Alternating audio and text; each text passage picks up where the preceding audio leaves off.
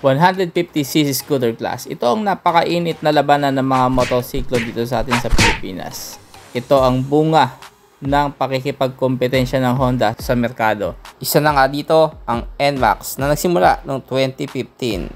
At ibalik muna natin ang panahon. Noong mga panahon na yon, 2015, sa EICMA, Milan, Italy, una ding nakita ang ganitong forma, ADV, Adventure Scooter. Pangalan pa lang, alam mo na agad ang kapasidad na pwedeng ibigay sa iyo ng motorsiklo na ito. 750 XADV at ito ay kinagulat ng mga nakasaksi nito at nakakita. At marami din nakapagsabi na ito na nga simula ng panibagong era ng mga scooter pagdating sa kalsada. Biruin mo, pwede kang mag cross country gamit lamang ang scooter. Alam naman natin na kung gaanong comfort ang naibibigay ng isang scooter sa isang rider. Ang target market nito ang mga kanluraning bansa gaya ng Europa at Amerika. Subalit dito sa atin, taong 2015, nagsimula na mayagpag ang maxi scooter ng Yamaha na NMAX at diyan papasok ang kompetisyon sa dalawang malalaking brands na to.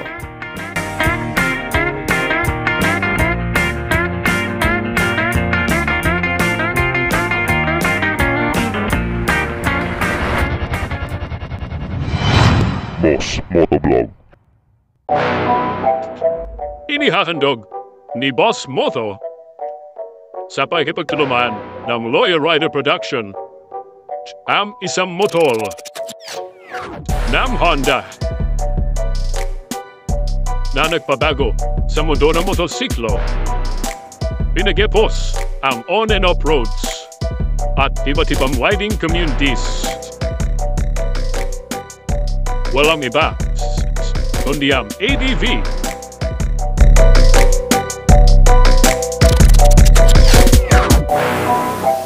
Simulan natin. Noong late 2015 ay usap-usapan na nga ng mga riding communities ang pagdating nito sa lupang sinilangan, ang NMAX 150cc. Ito ay maxi scooter galing sa Yamaha at talaga namang napakaganda ng tindigan at forma.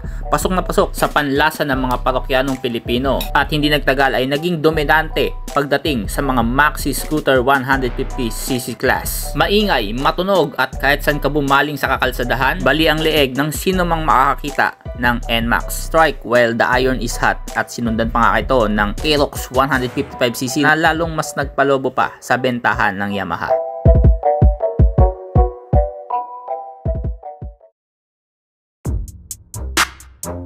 Meanwhile, sa laboratorio ng Honda, hindi na sila mapakali ano ang gagawin nila para tapatan ng namamayagpag na NMAX at Aerox.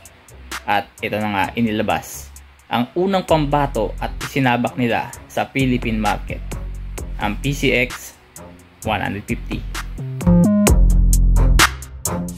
Sa init ng kompetisyon, hindi maaaring pagmasdan na lamang ng Honda ang mga kaganapan sa outside world. Ang ingay na nilikha ng NMAX at sinundan pa ng Aerox ay kumalampag sa laboratorio ng Honda para ilabas ang PCX 150 na noon ay unang nailabas na rin sa mga bansang kanluranin gaya ng Europa. 125cc ito at kailangan nilang i-enhance ang makina at gawing 150cc para sumabay sa NMAX at Aerox na halos lamunin na ang kakalsadahan ng Maynila. Dala-dala ang mga makabagong teknolohiya ng Honda na higit kung tutuusin sa NMAX na Smart Key System, LED na ang mga ilaw, Honda's Smart Control System, digital na rin ang kanyang speedometer, very spacious na under seat compartment, merong seat stopper at para kang nasa sopa habang ikay namamasada.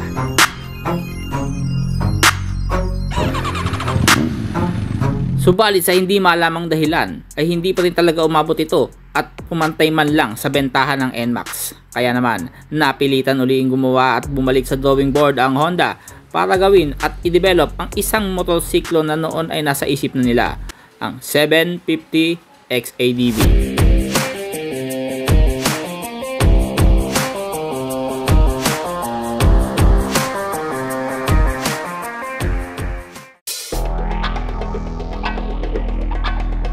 Yes, ito nga ang ideya na pinagmulan, ang 750 XADV. Pero 150cc lang na makina ang kailangan nila para itapat sa NMAX at Aerox.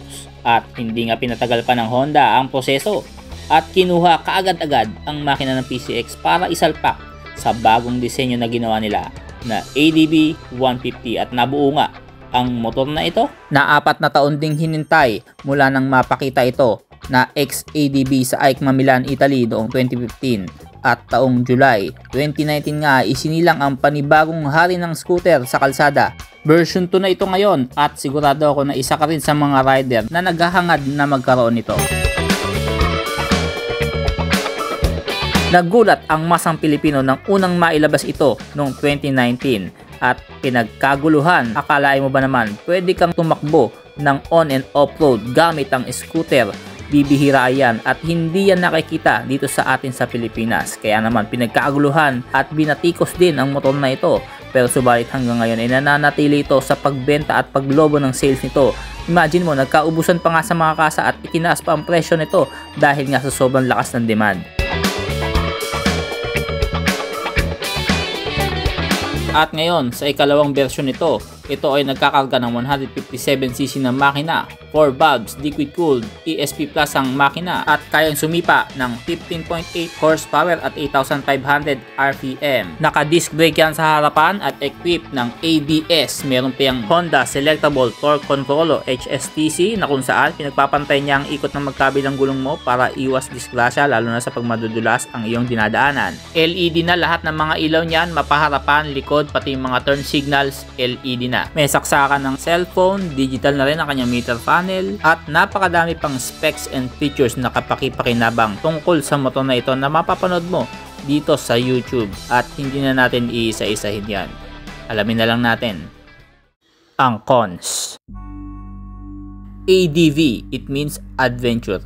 Yan ang pinagdududahan ng ilang karamihan lalo na sa mga motorcycle communities. Ang ilan na mga teknikalidad ang pinag-uusapan.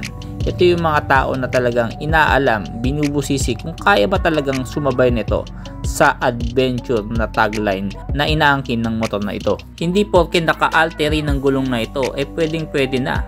Dahil kung titingnan mo, 14 lang ito at hindi ganun kataasan ang ground clearance. Kung papansinin mo nga naman ang tapalodo nito sa harapan, makatalisod lang ito ng malaki-laking bato, siguradong sira ang tapalodo mo. At sa laki ng mga fairings nito, hindi mo gugustuhin maitumba man lamang ito ng kahit isang beses dahil siguradong uuwi kang basag-basag ito. Sa baba ng lokasyon ng makina nito, hindi mo susubukang ilusong ito sa lawa na pag sinwerte-swerte ka at malalim-lalim ang natempuhan mo, siguradong papasukan ng tubig ang makina mo at mag-lose ang power nito at hindi ka na makakaandar. Hindi ito pangkaraniwan para sa isang adventure bike na nakikita natin. Mas makakatawid pa nga ang XRM o yung mga underbone kagaya ng Rusi at hindi ang kagaya ng motor na ito.